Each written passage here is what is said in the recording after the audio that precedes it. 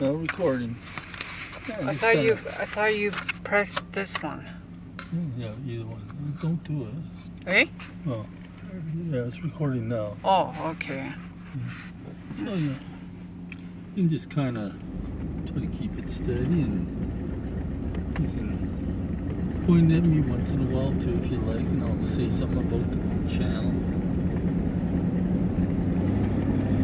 Beautiful area though. I like that stream is quite high, eh? I bet you the fishing is good here.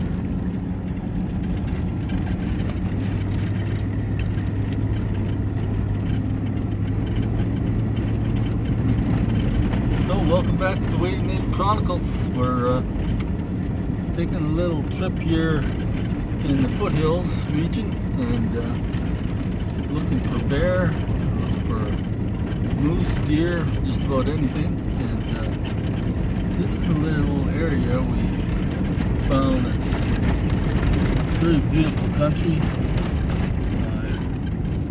It's been quite dry out for quite a while.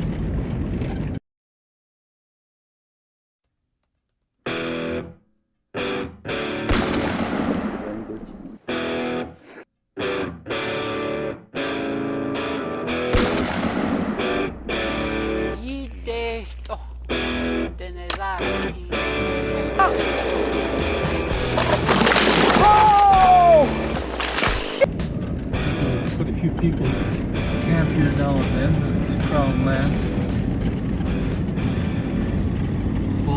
This road sort of follows a windy stream, and there's a lot of little campsites around here. Some of them right on the edge of the stream. Looks like we got some meat to butcher up today. I recently went on a trip and went looking for deer brain or any kind of animal brain, and some rotten wood for tanning moose hide. And I'd like to show you a little bit of the trip we went on and how we managed to get a whitetail and the other things involved. So catch you at the end of this video and maybe show you a little bit on how to butcher a deer hindquarter. I'd like to see a black bear, as we can sure use a black bear. But we shall see. Some of the left-hand side of this road is being kind of cleared down, which is okay. It's not exactly logged.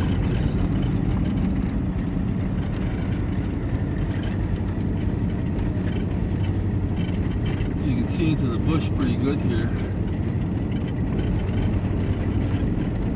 Just gotta keep your eyes open.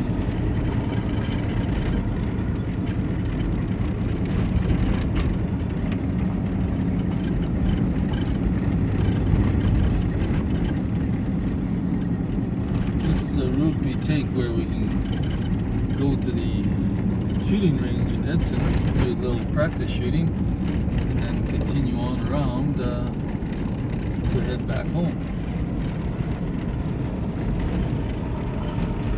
Lots of grizzly in this area. We were here, I think it was what, 2 years ago? Or 1 year ago we saw that grizzly. Two, eh? He was a big one, and he was not scared at all of us. he was stalking us. Walk around like this, well, like that. Just like, you know, I'm just being a bear out here, and he's obviously not the boss of everything. It's a beautiful animal.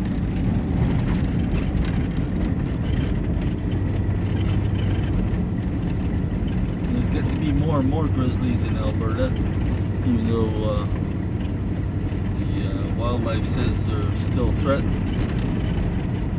Hunters, as a rule, disagree with that statement because they're getting chased around by grizzlies a lot. It's like they're not scared of people like they used to be. If you shoot an animal like an elk or moose around here, it's so bad that the grizzlies hear a gunshot and they think it is a dinner bell. They come charging in and they take over the kill. It's going to be a very dangerous situation. So people say, well, use bear bangers and bear spray and all that, but really, when it comes to that sort of thing, when an animal is protected, the bears that are very bold and willing to approach human beings like that are have an advantage. They increase in numbers, whereas if there's at least an occasional hunting season for grizzlies, the bears that, because they're all different personalities, the ones that are inclined to do that sort of thing, they're the first ones to be shot. So it does definitely have an effect on the behavior of the bear population.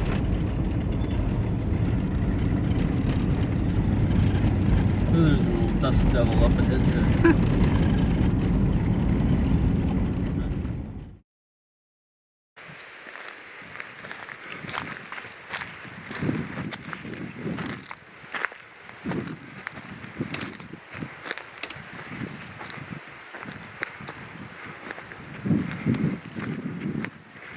Well, we're blessed again today.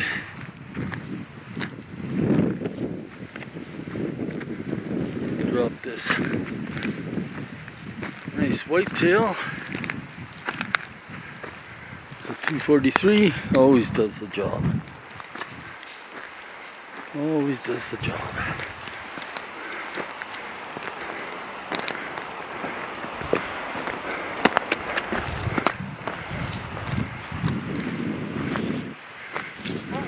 Looks like a nice animal, eh?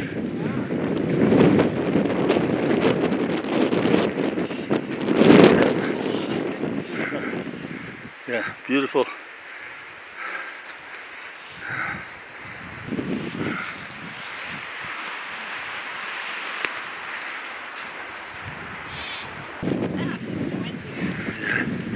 Yeah, it's pretty windy. I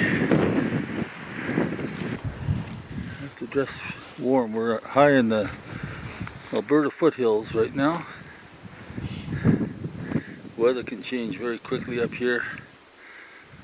One nice thing about the foothills though is up here at least it's very rocky ground, so the roads are really solid, lots of gravel on them, so you less chance of getting stuck. But in case we do get stuck, we do got that power winch too, so we're good one way or the other, I think.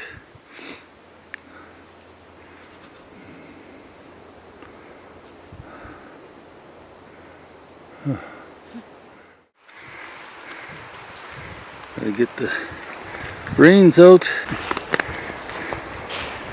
Good for tanning hide later. Oh, I got a big one. Oh, there you go. Yeah, bones in there. Doesn't matter if it's mushy. Gonna make it into mush later, eh?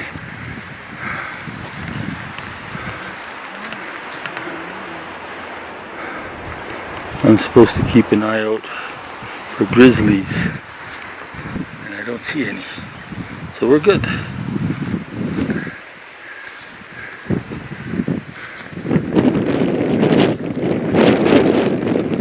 Just a little speckle of rain again.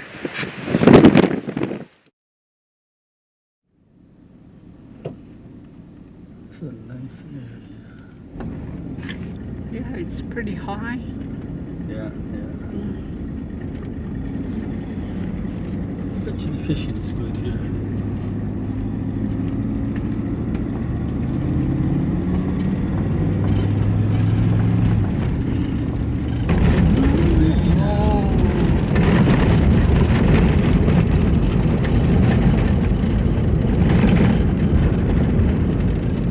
Nice views.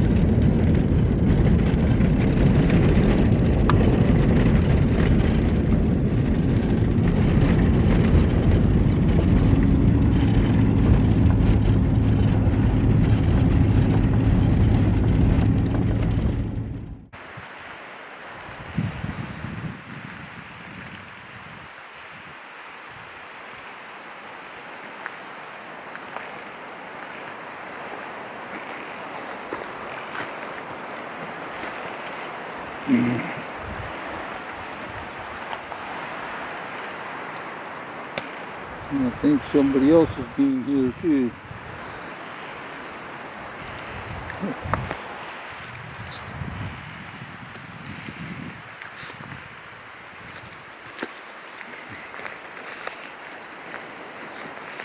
That's where all the food gets done.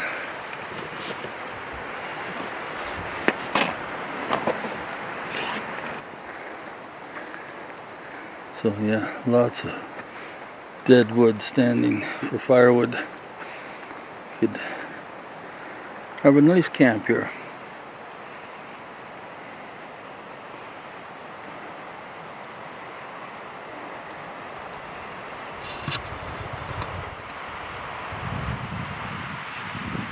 And the wind's picking up. Getting some weather coming in.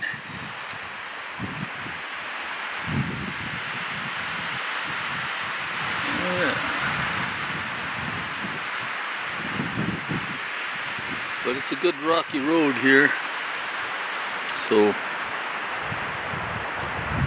get dumped on, we can get out.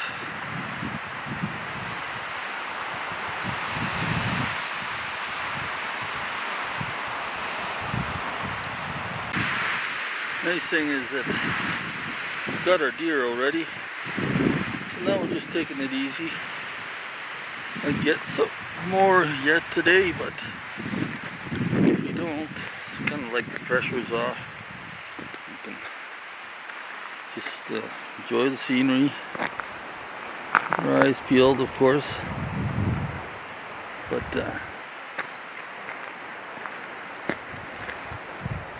what happens from here happens.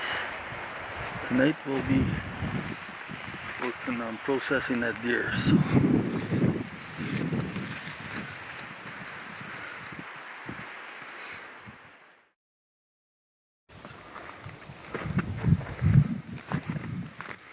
So now we're stopped to get some good rotten poplar.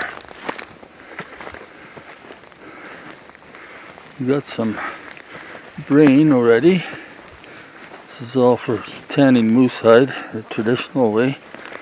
So what Gladys wants is a real rotten wood,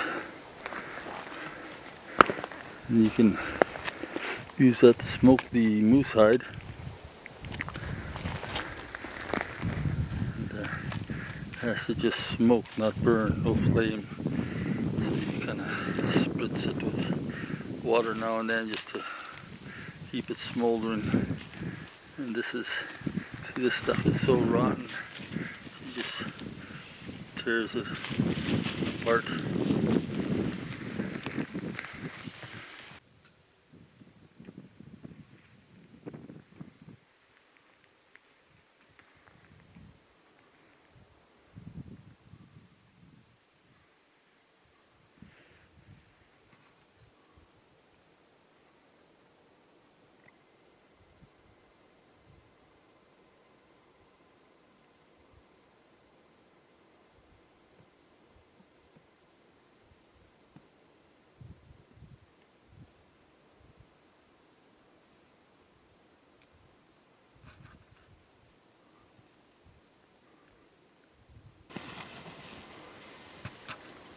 I think I got enough. It's just about that whole bag full, eh? Yeah.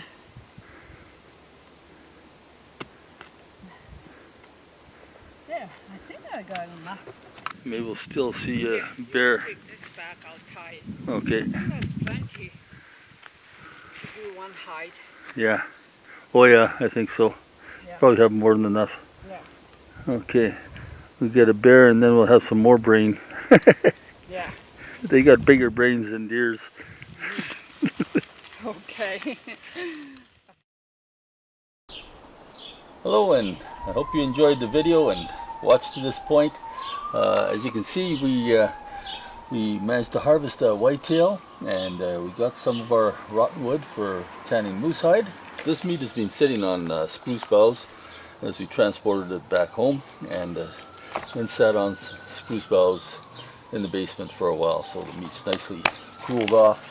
And since we watched this video of this trip, I thought it might be nice just to wrap up by showing a little bit how you butcher a hind quarter, for instance. In the case of this one, this is not going to be a complete course on how to do this, but I think it might be worth including in this video, since we did get a nice little whitetail. As you can see from that video too, we took the brain out. There's not a whole lot of brain in whitetail, but enough to get part of our supply built up for tanning. So let's give this a shot here. I'm going to have a really good sharp knife. That's the kind of knife that I prefer. I won't run the whole video on how to do this stuff, because I've done another video on this in the past, and that one is where I'm also butchering whitetail. So I'll put a link in the description of that video.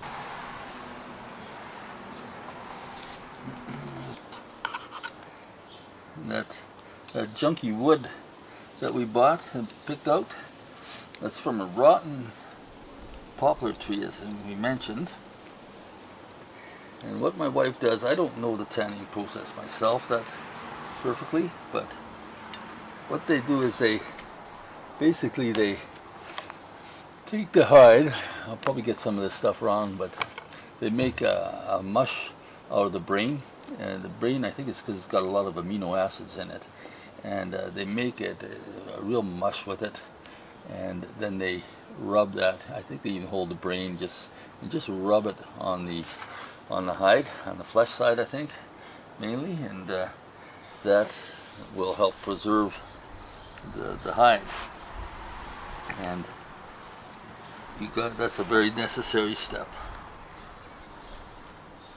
And then once they've done that, they do a bunch of soaking and wringing and working. A lot of it is the scraping of the hide and feeling it, getting it all the same thickness. You see that mistake made by a lot of people who do it nowadays. They don't know how to really scrape a hide well. So in future videos, I hope to be showing you how we go through that process. So this one here is just the first taste of what's to come when it comes to traditional brain tanning of hide. So my wife is Denitha, so she's been taught the way of her people how to do it. And a lot of these things are becoming lost arts, eh? So anyways, when that hide is all worked and scraped and treated, then they put it over a smoldering fire that has to create lots of smoke. So that smoke will be held to not burn, so there's no flames.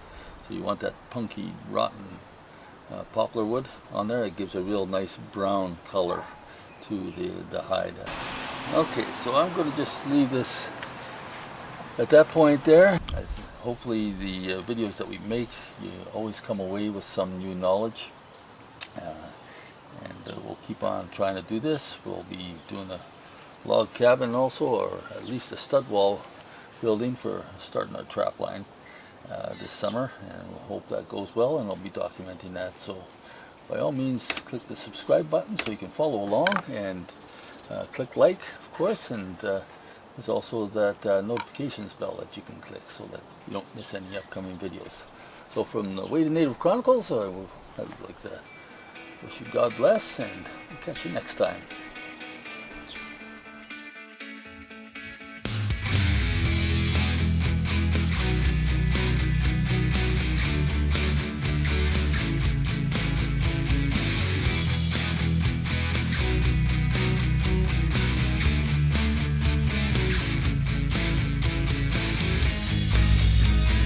이때 또 내가 게임开火车，一게임 나츠 때